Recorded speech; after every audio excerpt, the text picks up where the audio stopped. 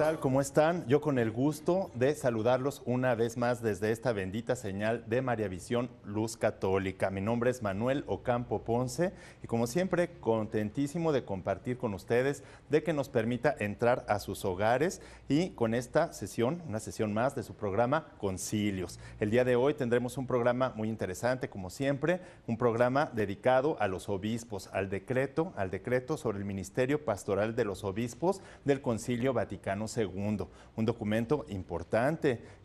porque los obispos son los sucesores de los apóstoles en la Iglesia Católica y por eso es importante que todos nosotros los católicos sepamos a qué se refiere su ministerio y cómo podemos colaborar con ellos para que este ministerio sea mejor. Por eso, bueno, pues les doy una cordial bienvenida a este su programa desde esta bendita señal de María Visión. Bienvenidos, iniciamos.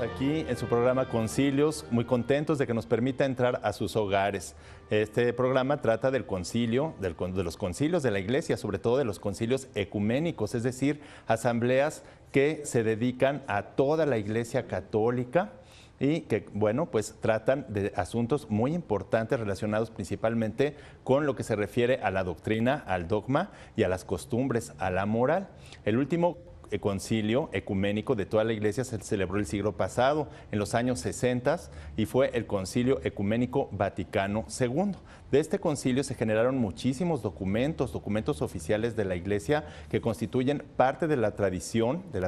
la Iglesia Católica y del magisterio ordinario de la Iglesia Católica. El magisterio ordinario se refiere a lo que siempre ha enseñado la Iglesia Católica y que tiene carácter de obligatoriedad para todos los católicos el atenderlo, el escucharlo. Por eso, pues es necesario que nosotros los católicos nos enteremos de que existen estos documentos y que también, bueno, pues nosotros tratemos de involucrarnos, de leerlos, de estudiarlos para poder nosotros tener un conocimiento mejor, más profundo de la Iglesia Católica y de todo lo que a nosotros nos conviene saber como católicos para ser buenos católicos y buenos cristianos. Entre estos documentos encontramos este decreto, el decreto del que estamos hablando el día de hoy, es el decreto sobre el ministerio pastoral de los obispos. Este decreto es un documento bastante grande, no es un documento pequeño. Y bueno, pues ahora nos vamos a dedicar un poco a lo que se refiere a el apostolado de los obispos. Los obispos, así como todos los fieles católicos, como nosotros mismos, tienen que ejercer un ministerio, un apostolado, pero en este caso hay que recordar que los obispos son los sucesores de los apóstoles, no de un apóstol en particular, sino en general de todos los apóstoles. El único obispo que es sucesor de un apóstol en particular es Pedro, ¿sí? Es decir, el Papa, el obispo de Roma, él sí es sucesor de Pedro, pero todos los demás apóstoles son sucesores de los apóstoles en general. Por eso la sede apostólica corresponde a Pedro, al primado, el primado de Pedro, y al que todos tienen que estar adheridos y bajo su autoridad. De modo que, bueno, a lo mejor en cuanto a obispos puede haber ciertas cosas comunes entre todos los obispos, pero con relación al obispo de Roma, pues la primacía del Papa como supremo pastor de toda la Iglesia Católica le corresponde al Papa. Estos obispos, que bueno, son los demás que son sucesores de los apóstoles, tienen pues un papel fundamental en la Iglesia. Ellos están al frente de lo que conocemos como las diócesis. Bueno, y en caso de los patriarcas, porque los patriarcas también están al frente de una parte, de una porción de la Iglesia que se llama patriarcado, pero esto se sucede en Oriente, bueno, pues los obispos y en su caso algunos patriarcas que se encuentran en lugares o en zonas donde no hay obispos, sino exclusivamente patriarcas, o también a veces se encuentran incardinados en lugares donde hay un obispo y además está un patriarca. Bueno, pues tienen que trabajar en el apostolado y principalmente la misión de los obispos es la salvación de las almas. No solamente de las almas que están pues ya bautizados, ¿verdad? De los bautizados, sino de todas las almas del mundo. Por lo mismo, la misión pastoral de los obispos es muy fuerte, es muy grande, porque tienen que ir a los fieles católicos, es decir, a los que ya están bautizados, a los infieles, es decir, a los que no han sido bautizados porque no conocen la religión, y también tienen que ir a los apóstatas, es decir, a los herejes y a los apóstatas que se han separado de la religión por negar alguna verdad de fe. Cuando se niega alguna verdad de fe, se llama herejía. Y cuando se niegan todas las verdades de fe, se llama apostasía. Toda herejía, en el fondo, es una apostasía, porque si nosotros dejamos de creer en una verdad de fe, en un dogma de fe, pues realmente estamos negando implícitamente toda la fe católica. Y esto sucede porque la fe es demasiado una y consiste, como ustedes lo saben, es una virtud sobrenatural infusa, es decir, que Dios nos da y que consiste en creer en todo lo que Dios nos ha revelado, en todo lo que Dios nos ha revelado. Y entonces esta fe católica, que consiste en creer en todo lo que Dios nos ha revelado, se refiere principalmente a la Sagrada Tradición, principalmente, que es primero que todo, es la Sagrada Tradición, y luego la Sagrada Escritura, Antiguo y Nuevo Testamento. Algunos de ustedes me preguntarán por qué ponemos primero la Sagrada Tradición. La Sagrada Tradición es primero porque tanto en el Antiguo como en el Nuevo Testamento no se escribió nada en un principio. La Sagrada Escritura fue bastante tardía. La Sagrada Escritura en el Antiguo Testamento empezó pues más de 1000 años antes, más de 1000 años después de que empezara la historia de la salvación, de que Dios se manifestara al pueblo de Israel en aquellas regiones de Mesopotamia, entre el Tigris y el Éufrates, con la historia de Abraham, luego bueno, etcétera, Moisés y toda la historia de la salvación. Los escritos más antiguos que tenemos en la Iglesia Católica dentro de la Sagrada Escritura datan del 1030, en la tradición conocida como ya vista, 1030 antes de Jesucristo.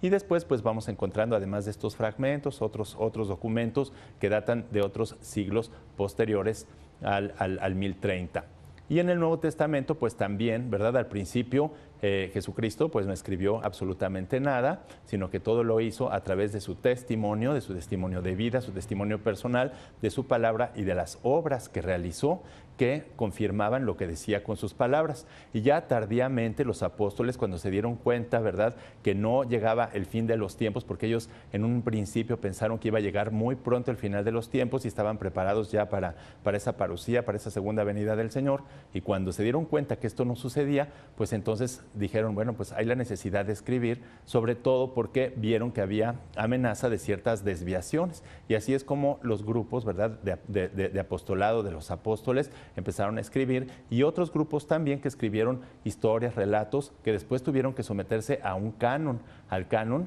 de la Sagrada Tradición. La Sagrada Tradición es la que fija el canon de cuáles textos sí son de inspiración divina y cuáles textos no son de inspiración divina. Y entonces, bueno, a partir de esto ya vamos teniendo lo que conocemos en la Sagrada Escritura como el Antiguo Testamento y el Nuevo Testamento. Pero estas dos cosas, estos dos objetos de la fe, bueno, pues consisten en creer todo lo que Dios ha revelado en estas dos cosas. Y para eso, bueno, la teología, que es una ciencia sagrada, se dedica a demostrar que Dios reveló todo eso, ¿sí? Todo eso que fue revelado fue realmente dicho por Dios. Y una vez que se demuestra que Dios lo dijo, entonces ya los católicos podemos creer en eso. De modo que no se trata de una fe irracional. Bueno, pues estos apóstoles pues, son ahora representados en nosotros por los obispos, y por eso este documento es importante, y su apostolado, que se refiere a la salvación de las almas. Los obispos tienen que ver con una gran cantidad de cosas, no nada más en cuanto a los bienes espirituales y morales de la sociedad, sino también que haya una cuestión social justa, que haya justicia social, que haya educación, que haya desarrollo cultural. O sea, ellos se tienen que preocupar por muchas cosas que tienen que ver con la salvación, pero no solamente tan directamente, sino también indirectamente. Por eso gozan de ciertos privilegios también respecto a las autoridades civiles. Vamos a ver en este programa cómo los obispos gozan en el mundo, ¿verdad?, cierta autonomía, cierta independencia de las autoridades civiles para poder ejercer su misión. Y cómo en su misión, ¿verdad?, ayudan a las autoridades civiles. Pues todo esto lo vamos a ir viendo durante el programa. Y bueno, pues por eso mismo, póngase cómodo, prepárese y regresando les doy nuestras vías de comunicación. Vamos a un corte y regresamos. Aquí estoy en su programa Concilios y quiero recordarles nuestras vías de comunicación. Ya estoy recibiendo aquí a través de mi cuenta de Twitter que tengo aquí algunos saludos. Un saludo muy afectuoso a José Luis Cárdenas, a María Teresa Cervantes, a Gisela Stephanie, también a Patricia Ávila, a Gerardo Segovia. Un saludo afectuoso y también a todos los que quieran, bueno, seguirme a través de la cuenta de Twitter. Tenemos la cuenta que es @PHLY, PHYLOS, Filos 1403. Esa es la cuenta de Twitter y a través de Twitter nos podemos comunicar prácticamente inmediatamente durante el concilio, durante el programa, para concilios, para poder interactuar, para poder recibir sus comentarios, sus mensajes, todo lo que ustedes quieran platicar. Y también tenemos, por otro lado, la cuenta de Facebook, que es manuel.ocampo.ponce. En Facebook también durante el programa yo recibo con mucho gusto, todas las solicitudes de amistad, o casi todas las solicitudes de amistad, para poder interactuar también prácticamente inmediatamente durante el programa. Aparte tenemos para contestarles durante la semana cuestiones ya un poco más largas que requieran más elaboración, el correo concilios@mariavision.com. Entonces tenemos esas 3 vías de comunicación y vamos a continuar avanzando con este programa sobre el decreto sobre el ministerio pastoral de los obispos de la Iglesia Católica del Concilio Vaticano II, último concilio que se celebró, el concilio ecuménico, durante los años 60 del siglo pasado.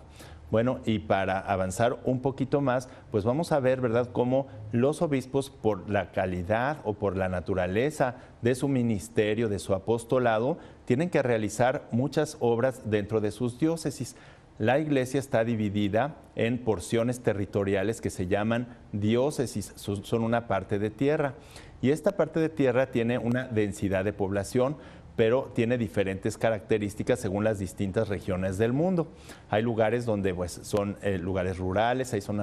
zonas urbanas, hay zonas mixtas, hay zonas de países muy desarrollados, otros muy retrasados. Y entonces los apóstoles, es decir, los obispos, tienen que adaptar su ministerio pastoral a las condiciones geográficas, a las condiciones sociales, económicas de las regiones donde están. Y por lo mismo, la Iglesia, a través de los obispos y de otros miembros de la Iglesia, incluso de los mismos presbíteros y los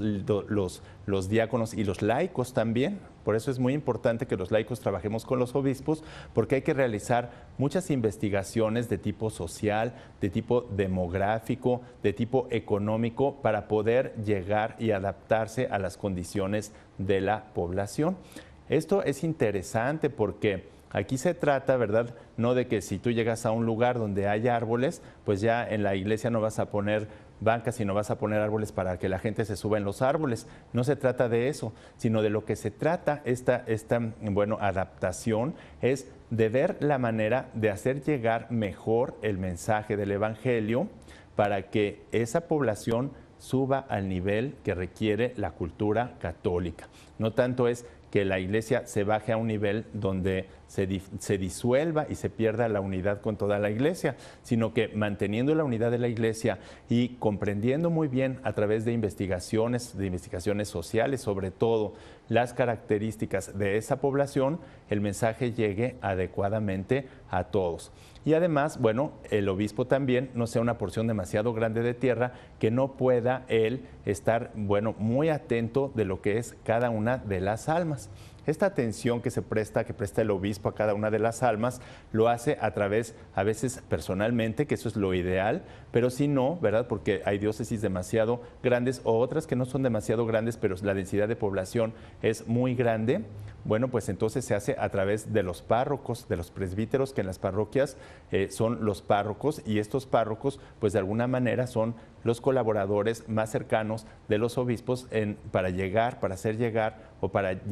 llegar los bienes espirituales de la Iglesia a los fieles. Pero también hay que recordar, no hay que perder de vista que los obispos, y en su caso también los párrocos, tienen que encargarse también de lo que es la evangelización de los que no son los fieles, o incluso, como lo vamos a ver en este documento, como viene muy claro aquí en el documento que vamos a ver en un video en unos minutos más, cómo se tiene que referir también a la gente que está alejada de las parroquias, que no puede recibir la atención de los párrocos, por ejemplo, a migrantes, a personas que están de vacaciones en un lugar, a personas que por alguna situación están alejadas de la iglesia.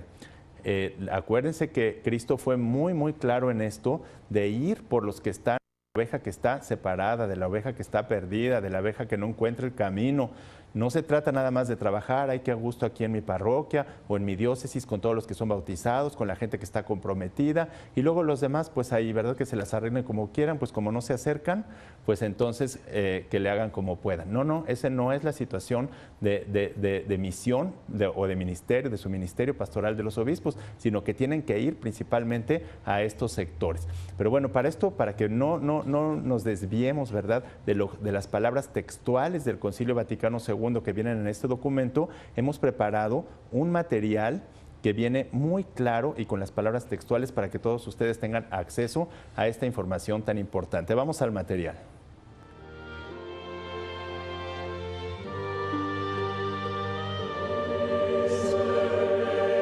Los números 17 al 21 del Decreto sobre el Ministerio Pastoral de los Obispos del Concilio Vaticano II afirma textualmente lo siguiente: estimulen las varias formas de apostolado en toda la diócesis o en algunas regiones especiales de ella, la coordinación de la íntima unión del apostolado en toda su amplitud, bajo la dirección del obispo, para que todos los proyectos e instituciones catequéticas, misionales, caritativas, sociales, familiares, escolares y cualquiera otra que se ordene a un fin pastoral, vayan de consuno con lo que al mismo tiempo resalte más clara la unidad de la diócesis. Úrjase cuidadosamente el deber que tienen los fieles de ejercer el apostolado, cada uno según su condición y aptitud, y recomiéndenles que tomen parte y ayuden en los diversos campos del apostolado seglar, sobre todo en la acción católica. Promuévanse y favorezcanse también las asociaciones que directa o indirectamente buscan el fin sobrenatural,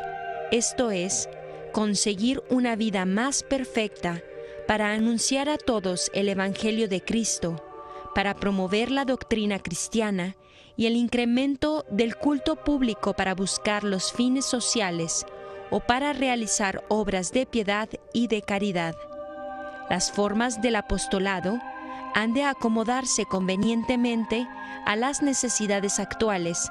atendiendo a las condiciones humanas, no solo espirituales y morales, sino también sociales, demográficas y económicas, para cuya eficacia y fructuosa consecución son muy útiles las investigaciones sociales y religiosas por medio de oficinas de sociología pastoral que se recomiendan encarecidamente. Téngase preocupación especial por los fieles que por su condición de vida no pueden disfrutar convenientemente del cuidado pastoral ordinario de los párrocos o carecen totalmente de él, como son muchísimos emigrantes, desterrados y prófugos, navegantes y aviadores, nómadas, etc. promuévanse métodos pastorales convenientes para ayudar la vida espiritual de quienes por razón de vacaciones se trasladan temporalmente a otras tierras. Las conferencias episcopales, sobre todo nacionales, preocúpense celosamente por los problemas más urgentes entre los que acabamos de decir y procuren ayudar acordes y unidos con medios e instituciones oportunas al bien espiritual de los diversos grupos, teniendo ante todo en cuenta las normas que la sede apostólica ha establecido o establezca, acomodadas oportunamente a las condiciones de los tiempos, de los lugares y de las personas. En el ejercicio de su ministerio, ordenado a la salvación de las almas, los obispos de por sí gozan de plena y perfecta libertad de independencia de cualquier autoridad civil, por lo cual no es lícito impedir directa o indirectamente el ejercicio de su cargo eclesiástico, ni prohibirles que se comuniquen libremente con la sede apostólica, con las otras autoridades eclesiásticas y con sus súbditos. En realidad, los sagrados pastores, en cuanto se dedican al cuidado espiritual de su grey, de hecho atienden también al bien y a la prosperidad civil, uniendo su obra eficaz para ello con las autoridades públicas, en razón de su ministerio y como conviene a los obispos, aconsejando la obediencia a las leyes justas y el respeto a las autoridades legítimamente constituidas.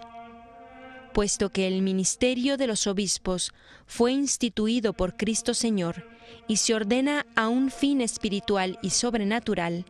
el Sagrado Concilio Ecuménico declara que el derecho de nombrar y crear a los obispos es propio, peculiar y de por sí exclusivo de la autoridad eclesiástica competente, por lo cual, para defender como conviene la libertad de la Iglesia y para promover mejor y más expeditamente el bien de los fieles,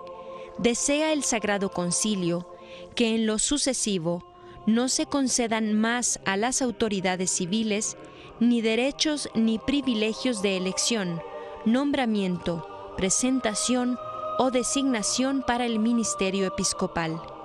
y las autoridades civiles, cuya dócil voluntad para con la Iglesia reconoce agradecido y aprecia en lo que vale el concilio, se les ruega con toda delicadeza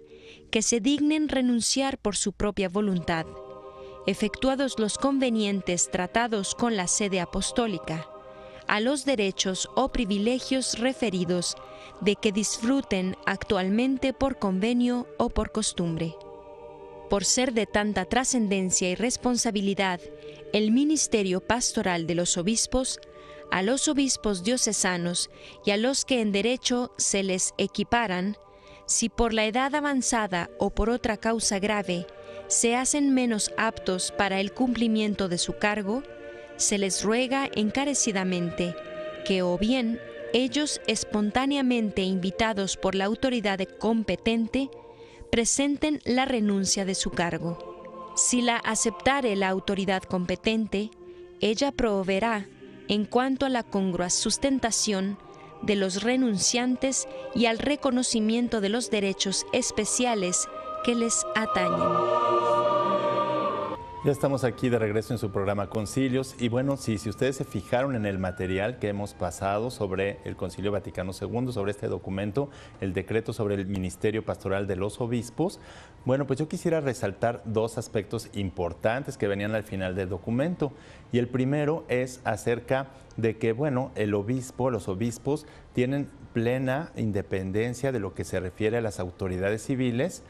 pero en lo relacionado con su ministerio, es decir, con la salvación de las almas. No tienen una independencia plena, lo dice clarísimo, para poder realizar esta labor. También está garantizado que puedan comunicarse siempre en todos los lugares donde estén con la sede apostólica, de la cual dependen directamente todos los obispos. Pero además, no sé si se fijaron que dice muy claro que los obispos, en la medida que realizan su ministerio pastoral de evangelización, de salvación de las almas, en la medida que las almas son más puras, más santas, más perfectas, que es la misión de la Iglesia, moralmente más buena, entonces se contribuye también con las autoridades civiles, y ahí hay como una relación, ¿verdad?, entre la autoridad civil y la Iglesia, a que se promueva el bien común, es decir, a que se mejore, a que la sociedad mejore. Porque los obispos, dentro de su labor, ¿verdad?, su labor moral va directamente, ¿verdad?, relacionada. La moral son las costumbres. Hay que recordar que mientras que la moral son las costumbres,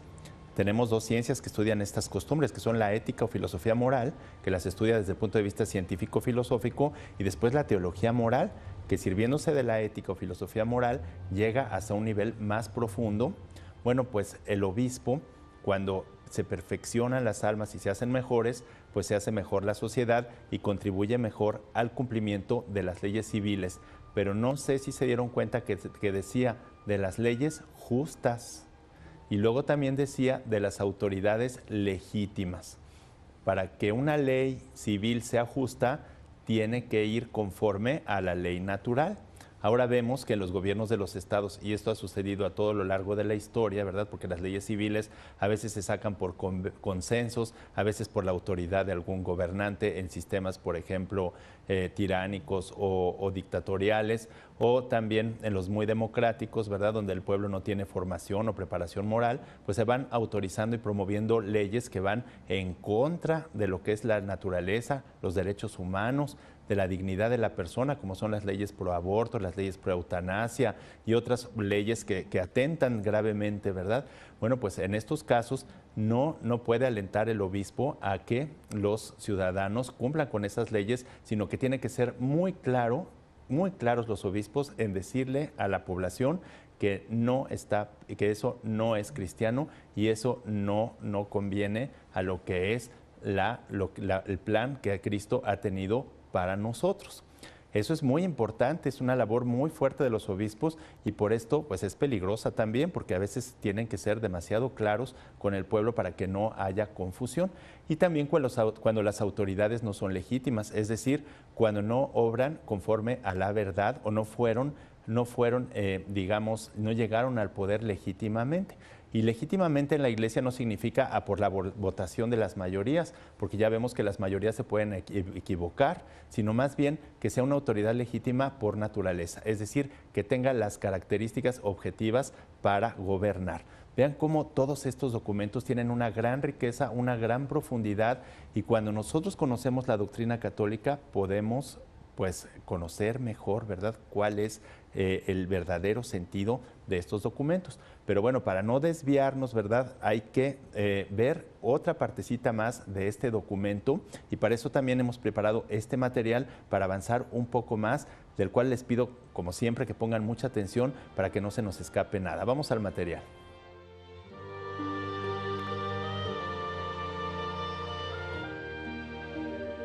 El segundo apartado del capítulo segundo del decreto sobre el ministerio pastoral de los obispos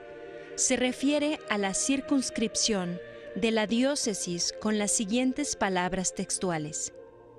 Para conseguir el fin propio de la diócesis,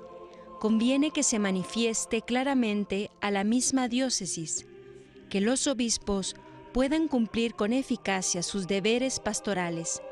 que se provea por fin todo lo más perfectamente que se pueda a la salvación del pueblo de Dios.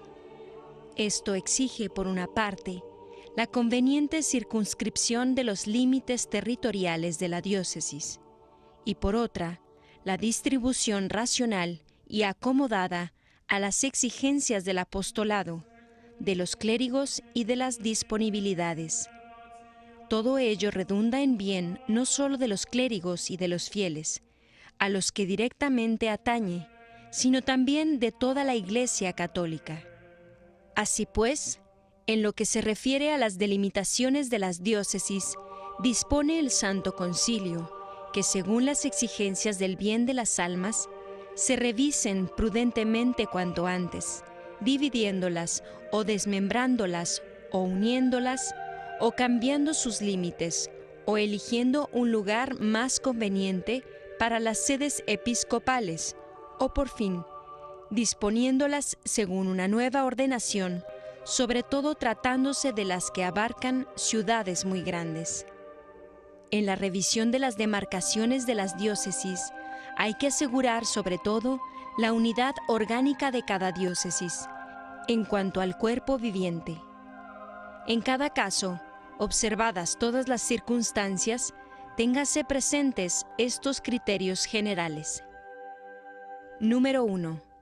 En la demarcación de la diócesis, en cuanto sea posible, téngase en cuenta la variedad de la composición del pueblo de Dios, que puede ayudar mucho para desarrollar mejor el deber pastoral.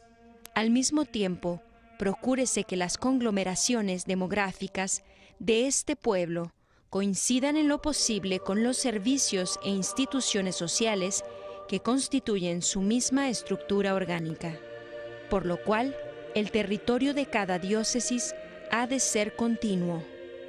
Atiéndase también, si es conveniente, a los límites de circunscripciones civiles, a las condiciones peculiares de las personas y de los lugares, por ejemplo, psicológicas, económicas, geográficas, históricas. Número 2. La extensión del territorio diocesano y el número de sus habitantes, comúnmente hablando, ha de ser tal que por una parte el obispo, aunque ayudado por otros, pueda cumplir sus deberes pontificales, hacer las visitas pastorales, moderar y coordinar todas las obras de apostolado en la diócesis. Sobre todo, conocer a sus sacerdotes y a los religiosos y seglares que tienen algún papel en las obras diocesanas, y que por otra parte se ofrezca un campo suficientemente idóneo en el que tanto el obispo como los clérigos puedan desarrollar útilmente todas sus fuerzas en el ministerio, teniendo en cuenta las necesidades de la Iglesia universal. Número 3. Por fin, para cumplir mejor con el ministerio de salvación en la diócesis, téngase por norma que en cada diócesis haya clérigos suficientes en número y preparación para apacentar debidamente al pueblo de Dios, que no falten los servicios, instituciones y obras propias de la Iglesia particular y que son necesarias prácticamente para su apto gobierno y apostolado, que se tengan o se provea prudentemente los medios necesarios para sustentar las personas y las instituciones que los trabajos requieran. Donde haya fieles de diverso rito, provea el obispo diocesano a sus necesidades espirituales por medio de sacerdotes o parroquias del mismo rito, o por un vicario episcopal dotado de las facultades indicadas, y si es necesario, dotado de carácter episcopal o con poder para desempeñar el oficio de ordinario de los diversos ritos. Si todo esto no pudiera compaginarse, establéscase, según parecer de la sede apostólica, una jerarquía propia según los diversos ritos. Asimismo, en circunstancias semejantes, háblese a cada grupo de fieles en diversa lengua, ya por medio de los sacerdotes o de las parroquias especiales, o por el vicario episcopal, perito en la lengua, y si es preciso, dotado del carácter episcopal, ya sea de otro modo oportuno. En cuanto se refiere a los cambios o innovaciones de las diócesis, según los números 22 y 23, salva siempre la disciplina de las iglesias orientales. Es conveniente que las conferencias episcopales competentes examinen estos asuntos para su propio territorio, con la ayuda de una comisión episcopal especial, si parece oportuno, pero habiendo escuchado siempre, sobre todo, a los obispos de las provincias o de las regiones interesadas, y propongan luego su parecer y sus deseos a la sede apostólica.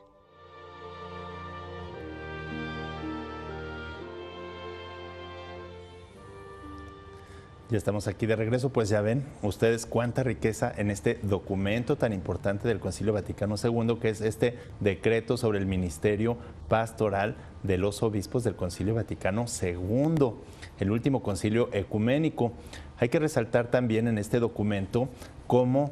bueno, pues en alguna época de la historia, en algunos momentos, ha habido en algunas regiones también intervención del Estado, de las autoridades civiles en la elección de los obispos. Con este documento del Concilio Vaticano II queda clarísimo que no deben intervenir, que eso forma parte exclusiva de la autoridad competente, legítima y de la autoridad que debe nombrar a los obispos en las regiones. También viene sobre el retiro de los obispos que ya no están en capacidades o en condiciones para cumplir su misión. Es tan importante la misión de los obispos como sucesores de los apóstoles que no podemos, ¿verdad?, arriesgar a un sector de la población a estar bajo la autoridad de un obispo que ya no puede por alguna condición de salud, una condición natural o alguna enfermedad, ¿verdad?, que ya no puede cumplir con su misión pastoral.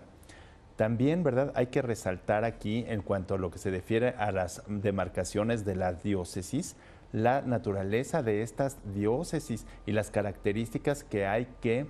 tomar en cuenta, que son la variedad. Cada vez las sociedades son más plurales. En el Concilio Vaticano II, pues todavía no sucedía lo que ha sucedido a 50 años, pero ahora encontramos una gran cantidad de migración en todos los países a nivel mundial, lo que hace que sea más difícil la evangelización, en cuanto que en una misma sociedad o en una misma diócesis, en una misma parcela o parte o región, se confluyen diferentes formas de pensar, diferentes religiones, diferentes civilizaciones, culturas, todas confluyen en un mismo lugar. Y entonces esto plantea retos en cuanto a lo que se refiere a la variedad, en lo que refiere también a la extensión, es decir, que no debe ser demasiado grande y sobre todo en lugares donde la densidad de población aumenta, porque en las grandes ciudades vemos que hay un hacinamiento, es decir, un amontonamiento de gentes, pues debe estar bien distribuido esto de las diócesis para que el obispo o los obispos o el obispo con sus obispos auxiliares puedan realizar efectivamente su misión. Y por último, pues la cantidad de clérigos, del clero, que debe ser suficiente, pero no nada más suficiente, sino bien preparados. Pero eso lo vamos a ver regresando de un corte. Les decía antes de irnos a corte de la importancia, ¿verdad?, que hay de este documento en la actualidad. A 50 años del Concilio Vaticano II, vamos viendo qué oportuno fue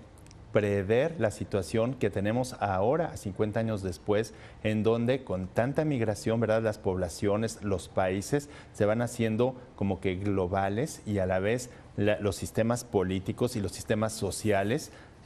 pues van favoreciendo a la multiculturalidad o la multiplicidad de formas de pensar distintas, incluso de multirreligiosidad de los pueblos, y entonces por lo mismo esto constituye un reto muy importante para los obispos. Incluso en una misma diócesis puede haber ritos católicos diferentes. Hay que recordar que no solo es el rito romano, el rito católico, sino también son más de 20 ritos autorizados dentro de la Iglesia Católica, ritos orientales sobre todo también, en donde además dentro de una misma diócesis puede haber un patriarca. Y entonces hay que establecer bien cuáles son las funciones y cómo van a colaborar para que haya unidad en la Iglesia y para que los fieles no se confundan con los ritos establecidos, los autorizados, y tengan una formación suficiente, tanto clérigos como fieles, de cómo deben comportarse o cómo deben, digamos, vivir su religiosidad y su fe en esta confluencia de ritos. Por eso esta preparación, ¿verdad?, va teniendo que ser cada vez más fuerte por las exigencias mismas, las exigencias sociales, las exigencias del mundo actual, la globalización, los medios de comunicación plantean cada vez retos más importantes a la Iglesia Católica. Los obispos son los responsables, ¿verdad?, de estar al día con todo esto y de trabajar y alentar todos los apostolados y sobre todo urgir, como decía el documento, a los laicos y motivarlos, ¿verdad?, para que haya una evangelización de toda la cultura, porque finalmente lo que trata, ¿verdad? De lo que se trata es de evangelizar la cultura, de la salvación de las almas a través de todo lo que es la transmisión y la vivencia del Evangelio, que, bueno, pues se tiene que ir adaptando a estas condiciones cada vez más retadoras dentro de lo que es el orbe, de lo que es el mundo. Y por esto, pues también hay que poner énfasis, ¿verdad?, en este documento, cómo viene la necesidad de clérigos, pero clérigos preparados. Y eso también hemos visto nosotros, ¿verdad?, en este análisis, que además, por eso el Papa Benedicto XVI en su momento nos pidió, ¿verdad?, que hiciéramos una reflexión y también observar lo que ha pasado a 50 años del Concilio Vaticano II, pues vemos que a lo mejor la formación, ¿verdad?, de los sacerdotes y de los mismos obispos, pues no ha estado a la altura de los nuevos retos en muchas regiones, ¿verdad? Vemos un deterioro en la formación, tanto lo que se refiere a las universidades católicas, a los institutos de formación católica, religiosa, seglares, institutos bíblicos, también a los mismos seminarios, ¿verdad?, en donde se forman los sacerdotes tanto del clero diocesano como los clérigos. Y entonces esto es un reto importante que hay que, pues de alguna manera, buscar la forma de satisfacer esta necesidad, porque si no se satisface, ¿verdad?, cayéndose la parte de la formación y de la preparación necesaria, se necesitan muchos investigadores que estén pues viendo cómo se van moviendo las cuestiones sociales, demográficas, de migración, las cuestiones educativas, los niveles, ¿verdad?, socioculturales, las religiones que van confluyendo en una misma demarcación social, en una misma demarcación geográfica. Y entonces, pues para esto se necesita mucha investigación y por lo mismo también mucha colaboración con especialistas que no siempre pueden ser sacerdotes, religiosas o religiosos o incluso también gente consagrada, sino que tienen que ser los mismos laicos, los fieles, que están ya encargados y que han logrado una preparación y una formación en los campos psicológicos, sociológicos, en los campos filosóficos, en los campos pedagógicos, ¿verdad?, de la cultura en general, para poder, el arte, ¿verdad?, el mismo arte nos puede ayudar muchísimo y la técnica a llevar el Evangelio de una manera más adecuada a estos sectores. Como vemos, pues hay mucho que rezar por los obispos, por nuestros obispos, hay mucho que ayudarles porque tenemos que trabajar con ellos. No es posible que nosotros como laicos, ¿verdad?, estemos separados de la actividad pastoral de la Iglesia. Nosotros, sobre todo los que somos bautizados, porque el obispo debe estar muy preocupado también por los que no son bautizados, por los que son de otras religiones, pero nosotros que estamos bautizados, nosotros que tenemos una formación por nuestra familia, pues tenemos que colaborar muy directamente y cercanamente con los obispos, con nuestros queridos obispos. Pero bueno, como siempre, ¿verdad?, el tiempo vuela en este programa y pues hemos llegado al final. Les doy muchísimas gracias por habernos permitido entrar a sus hogares y les invito a que sigan con la programación de María Visión, que siempre tiene cosas muy, muy saludables espiritualmente para todos ustedes. Muchas gracias por su atención.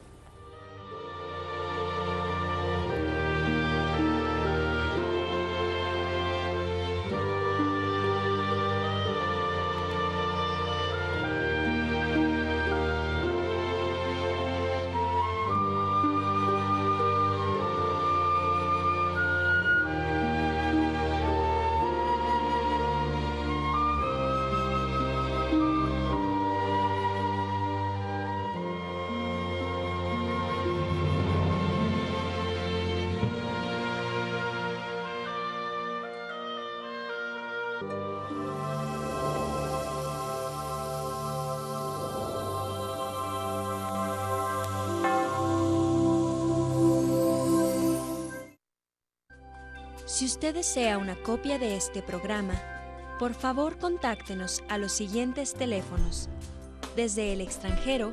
marque 0052 33 3770 1814 y del interior de la República Mexicana al 01900 849 3507 o escríbenos a nuestro correo electrónico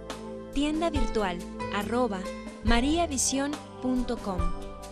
y visita nuestra página web www.mariavision.com.